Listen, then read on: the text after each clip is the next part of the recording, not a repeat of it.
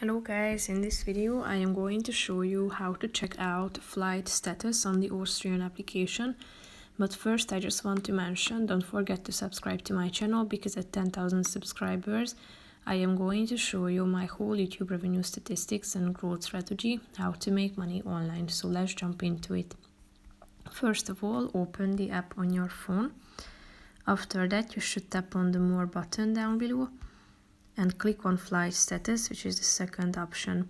Then you should search by the flight number, route or airport. So tap on these options. If you are searching for or by flight number, you should select the airline and then type in the flight number and then select the date and click on the button search, and you are going to find the flight details.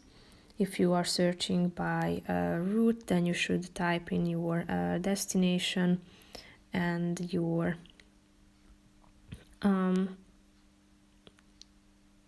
your departure point and destination, then the date, and click on the button search.